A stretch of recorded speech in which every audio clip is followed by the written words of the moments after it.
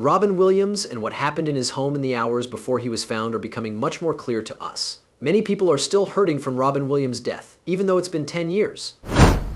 The famous actor and entertainer made a lot of people laugh with his quick wit and memorable roles.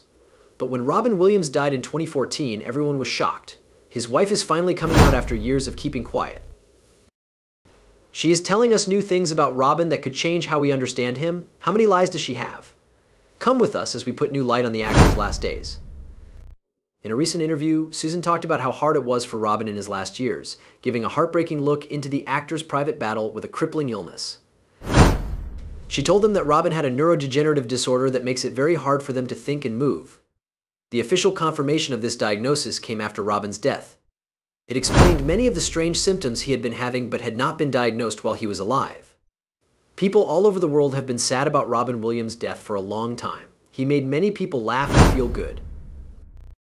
The new information from his wife helps us understand better the problems he was having and the terrible reasons he died. What does this disease really mean? Did Robin Williams' life have more to it than we thought?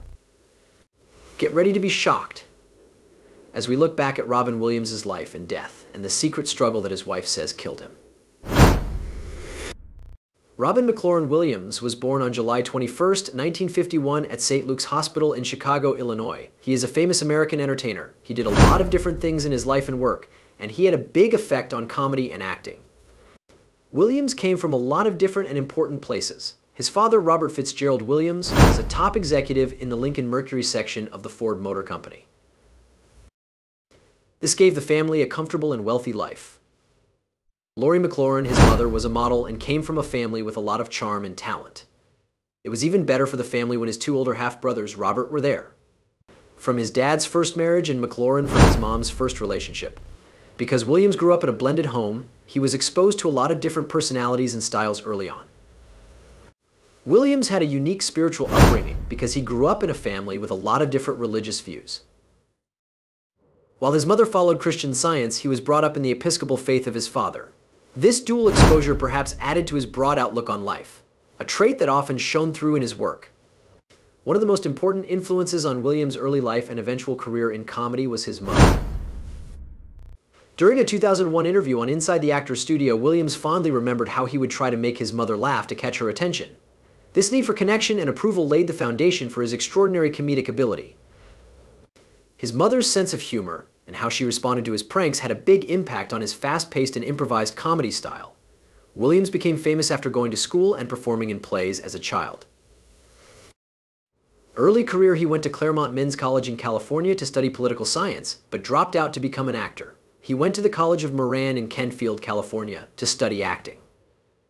He then went to the Juilliard School in New York City, where the famous actor John Houseman taught him. He became friends with Christopher Reeve, who would also become a movie star while they were both at Juilliard. Robin Williams started his amazing career in stand-up comedy in the San Francisco Bay Area in 1976. This was the start of what would become an amazing comedy and entertainment career. In San Francisco, Williams did his first major stand-up show at the famous Holy City Zoo. The club, which began as a simple place for comics to perform, became very important to Williams. At first, he worked there as a bartender, but it wasn't long before he switched jobs and started telling jokes on stage. This place was very important to his growth as a comic, because it gave him a chance to improve his skills and try new things with his style. In the late 1970s, San Francisco had a comedy rebirth, and Williams became one of the most important people in this lively scene. Gerald Nachman, a critic, said that Williams was a big part of this renaissance and that his energetic performances and new ways of doing comedy sparked a lot of activity in the local comedy scene. Williams' style, which included speaking quickly and improvising on the spot, struck a chord with audiences and made him stand out from other performers of his time. Williams moved to Los Angeles to further his work as a stand-up comedian after his success in San Francisco. He kept performing at different comedy clubs, especially the famous Comedy Store, which had many of the best comics of the time. In 1977, Williams was at the Comedy Store when TV director George Schlatter saw him and asked him to be on the new season of Laugh-In. The revival of Laugh-In only lasted a few episodes, showing in late 1977. However, it was Williams' first time on TV and helped more people see how talented he was. Williams also did a show at the LA Improv for home box office that same year, which showed off his comedic skills to a bigger crowd. Even though the revival of Laugh-In didn't do very well, these early TV shows were very important in starting his career on TV. Williams kept doing stand-up at different places to keep his improvised comedy skills sharp. Williams didn't just appeal to people in the United States. He also played all over the world, including some well-known shows at the Fighting Cocks in England.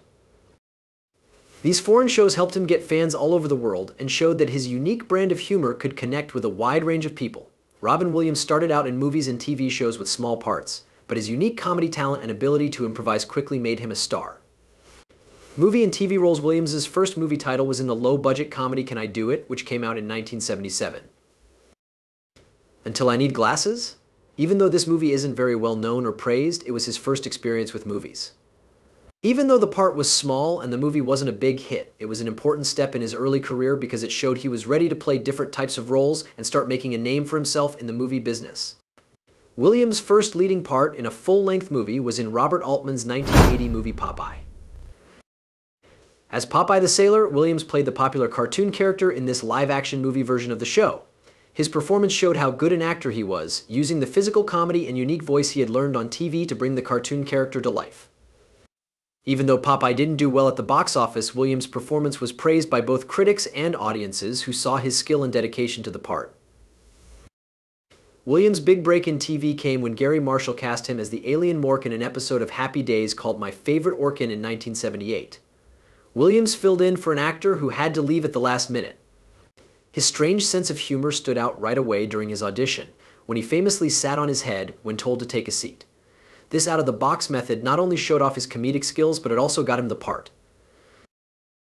People really liked Mork's appearance on Happy Days, which is why the show Mork and Mindy was created and first aired in 1978, and Pam Dauber was in the show. It ran until 1982. Happy Days took place in Milwaukee in the 1950s, but Mork and Mindy took place in Boulder, Colorado in the present day. This gave Williams a chance to explore the character in a modern setting.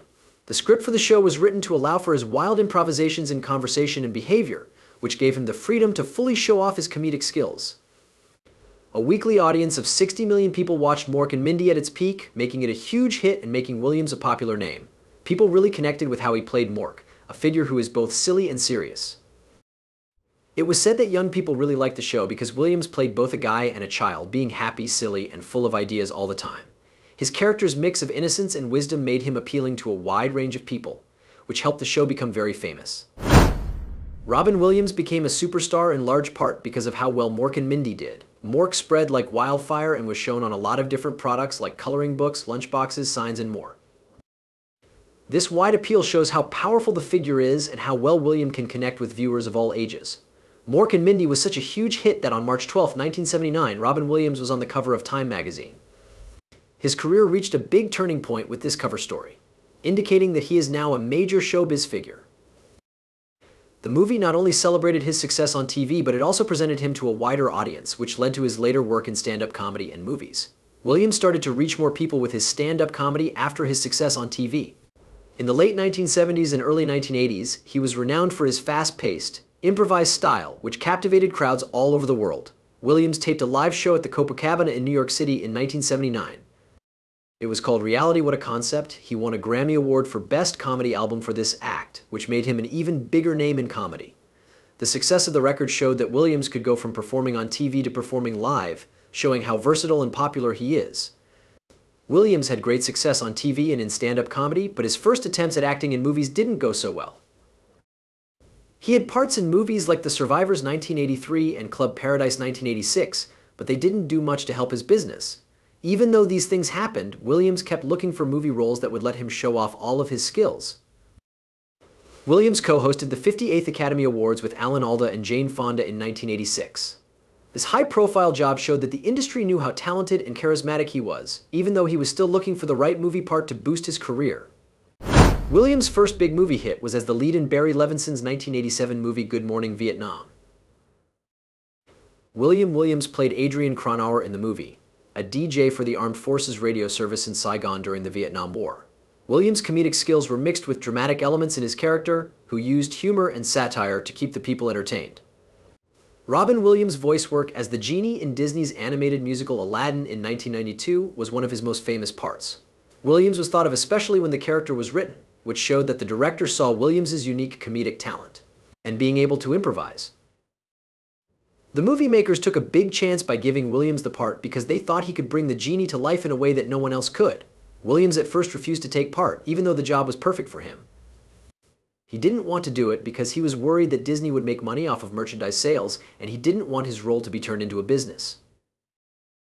Williams said, "I'm basically doing it because I want to be a part of this animation tradition. This is why he agreed to play the part. I need something for my kids. One deal is I just don't want to sell anything, as in Burger King, as in toys, as in stuff." Buckley Jr., Peter Lorre, Arnold Schwarzenegger, and Arsenio Hall, showcasing his versatility and comedic genius. Williams' portrayal of the genie became one of his most recognized and beloved roles. The film itself was the highest-grossing movie of 1992, demonstrating the widespread appeal of Williams' performance. The genie character resonated with audiences of all ages, and Williams' energetic and humorous interpretation played a significant role in the film's success. In 2009, Williams was named a Disney Legend, an honor that acknowledged his significant contributions to the Disney legacy. Robin Williams often credited Robert De Niro as a significant influence on his acting technique. From De Niro, Williams learned the profound power of silence and the importance of the economy of dialogue. De Niro's method of acting, which often involves subtlety and restraint, offered Williams a different perspective on performance, emphasizing that sometimes less is more.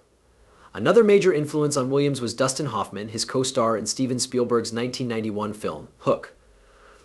Hoffman, known for his transformative acting skills, taught Williams the importance of taking on diverse character types and the value of extreme preparation. Working alongside Hoffman, Williams learned how to immerse himself fully into a role, adopting various physical and psychological traits to bring his characters to life authentically. This approach significantly impacted Williams' performances, helping him to portray a wide range of characters with depth and believability. Williams' later career featured notable collaborations and guest appearances that showcased his enduring talent and versatility. In 2010, he appeared in a sketch with Robert De Niro on Saturday Night Live. In 2012, Williams guest starred as himself in 2FX series Louis and Wilfred. In 2011, Robin Williams made his Broadway acting debut in Rajiv Joseph's play, Bengal Tiger at the Baghdad Zoo. The play opened at the Richard Rodgers Theater on March 31, 2011, and marked a significant milestone in Williams' career. His role in the play allowed him to showcase his dramatic abilities on one of the most prestigious stages in the world. The transition to Broadway highlighted Williams' commitment to challenging himself and expanding his artistic repertoire. His performance was widely praised, further cementing his reputation as a versatile and profoundly talented actor. Renowned for his comedic genius and acting talent, also had a personal life marked by notable relationships and family dynamics. His journey through marriage and parenthood reflected both the joys and challenges that accompanied his public career. Personal life. Williams married his first wife, Valerie Velarde, in June 1978. Their relationship began while Williams was working as a bartender in a San Francisco tavern in 1976. This was a period when Williams was still establishing himself as a comedian, and Velarde was a supportive partner during these formative years. They welcomed their son, Zachary Pym, Zach Williams, in 1983. The marriage, however, faced difficulties, and they divorced in 1988. During his marriage to Velarde, it was reported that Williams began an affair with Zachary's nanny, Marcia Garces, in 1986. However, Velarde clarified in the 2018 documentary, Robin Williams Come Inside My Mind, that the relationship with Garces began after she and Williams had separated. Garces became a significant part of Williams' life, and they married on April 30th, 1989, when she was 6 months pregnant with their first child, Zelda Ray Williams. The couple had another child, Cody Allen Williams, born in 1991. Their marriage lasted until 2008, when Garces filed for divorce, citing irreconcilable differences. Their divorce was finalized in 2010. Williams found love again with graphic designer Susan Schneider. The couple married on October 22, 2011 in St. Helena, California. Schneider supported Williams through some of the most challenging periods of his life, including his struggles with health issues and his untimely death in 2014. Robin Williams and his wife, Susan Schneider, resided in the picturesque neighborhood of Seacliff in San Francisco, California. This locale, known for its stunning views of the Pacific Ocean and the Golden Gate Bridge, provided a serene and beautiful setting for Williams' family life. Williams' relationships with his children were deeply meaningful to him. Williams was known to be a loving and devoted father, often speaking fondly of his children and the joy they brought to his life. His daughter Zelda has publicly shared how her father encouraged her creativity and supported her career in arts.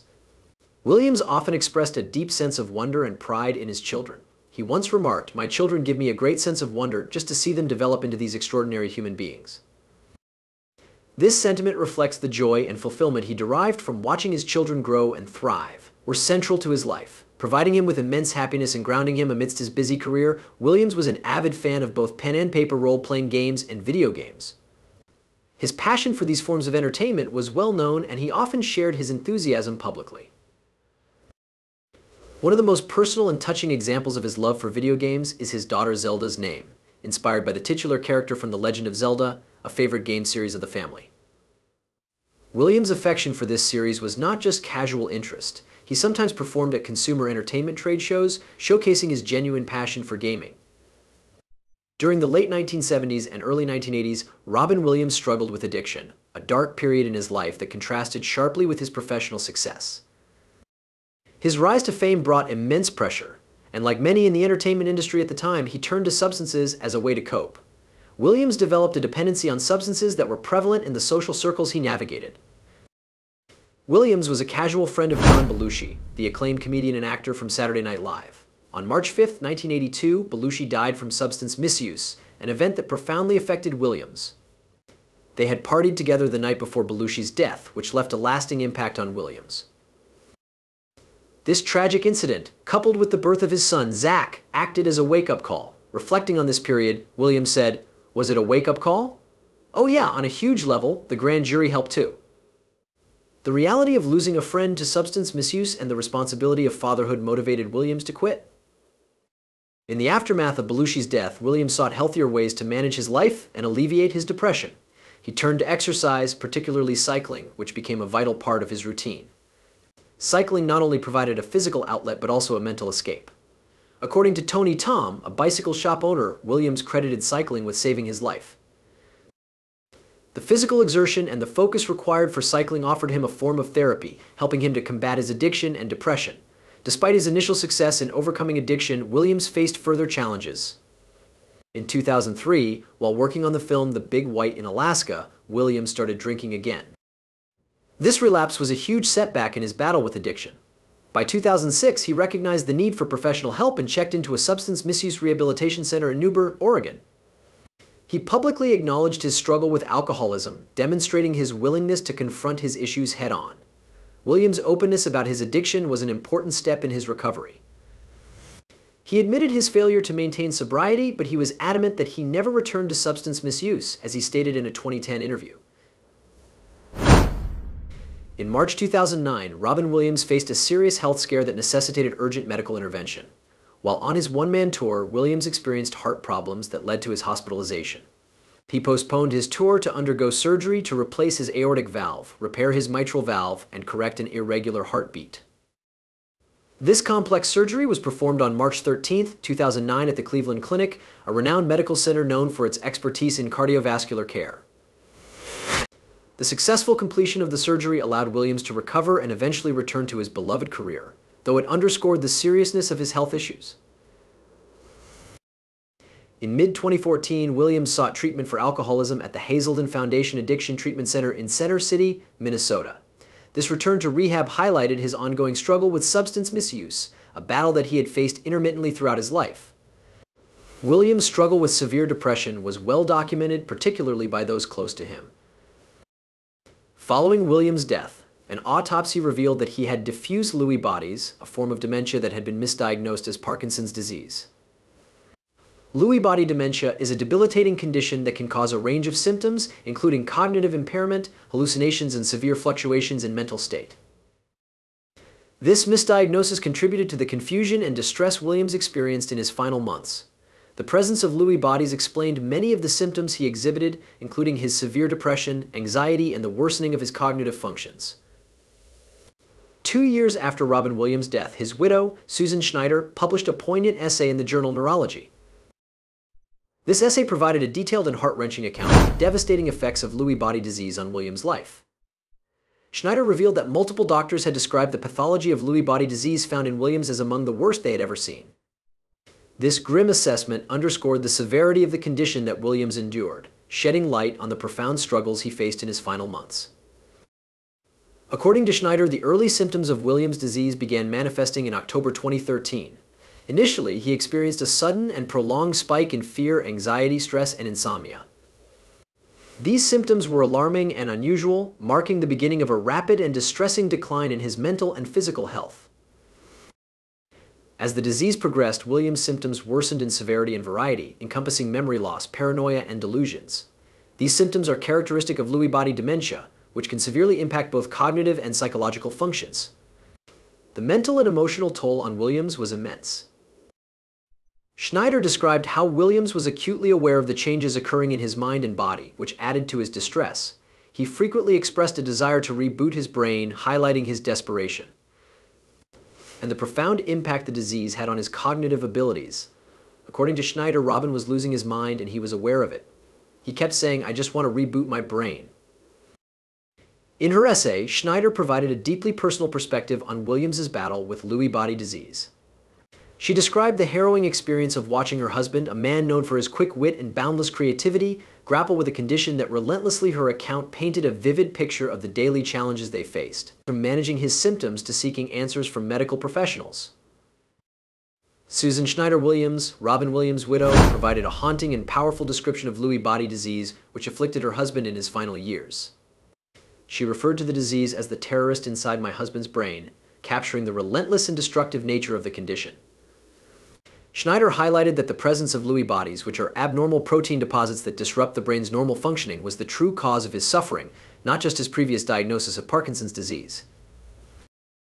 In her reflections, Schneider pointed out a significant cultural gap in how we discuss and understand brain diseases compared to conditions like depression. She noted that depression is often viewed through a psychological lens, whereas diseases like LBD are deeply rooted in neurology. Schneider emphasized that Williams' depression was a symptom of LBD, not merely a standalone psychological issue. She lamented that as a society, we lack the vocabulary and understanding to adequately discuss and address brain diseases. Schneider poignantly articulated the duality of the loss. "I lost my husband and my best friend while the world lost one of its most beloved artists and beautiful human beings. I am utterly heartbroken." Her words capture the personal and collective grief that followed Williams' death, highlighting the deep void left by his absence. Williams' daughter Zelda Williams also talked about how sad she was and how much her father's death affected her. She said that the world will always be a little darker, less lively, and less funny without him. The way Zelda reflected on Robin Williams shows how much joy he brought to the lives of both those who knew him and those who loved him from afar. Robin Williams is famous for more than just his successful acting career. He is also known for his important charitable work. Robin Williams, along with comedians Whoopi Goldberg and Billy Crystal, co-founded Comic Relief USA in 1986. This annual HBO benefit show raised money for homeless people, a subject that Williams was very passionate about. It took a while, but Comic Relief USA grew into a major organization, raising $80 million by 2014. The founder of Comic Relief, Bob Zmuda, said that Williams' work was motivated by a feeling of duty and gratitude. Williams felt a deep duty to help those less fortunate because he grew up in a rich family. He didn't just want to give money back to the community, he also wanted to use his fame to bring attention to problems and encourage others to do something about them. Williams was a strong backer of many causes in addition to his work as a comedian. He went to a lot of benefit events to support reading programs because he knew that education could make a big difference in the world. Williams also fought for women's rights and took part in events and campaigns that sought to promote gender equality and give women more power. Williams' charitable work included helping veterans and people who are still in the service. He did shows for the United Service Organization all the time, where he made people all over the world laugh and feel better. Williams went to 13 different places during his career, putting on shows for about 90,000 people. When he went to military sites and hospitals, he showed that he really cared about the health and safety of service members and their families. The USO said in a statement after Williams' death that they were very grateful for all he had done and that he had a big effect on the mood of the troops. The showbiz world will never be the same without Robin Williams. He was able to connect with people on many levels because he had a unique way of mixing humor with deep emotional impact. Even though he had problems with addiction and mental health, his memory is one of laughter, understanding, and endless creativity. If you like this video, please click the next button and share it with your friends.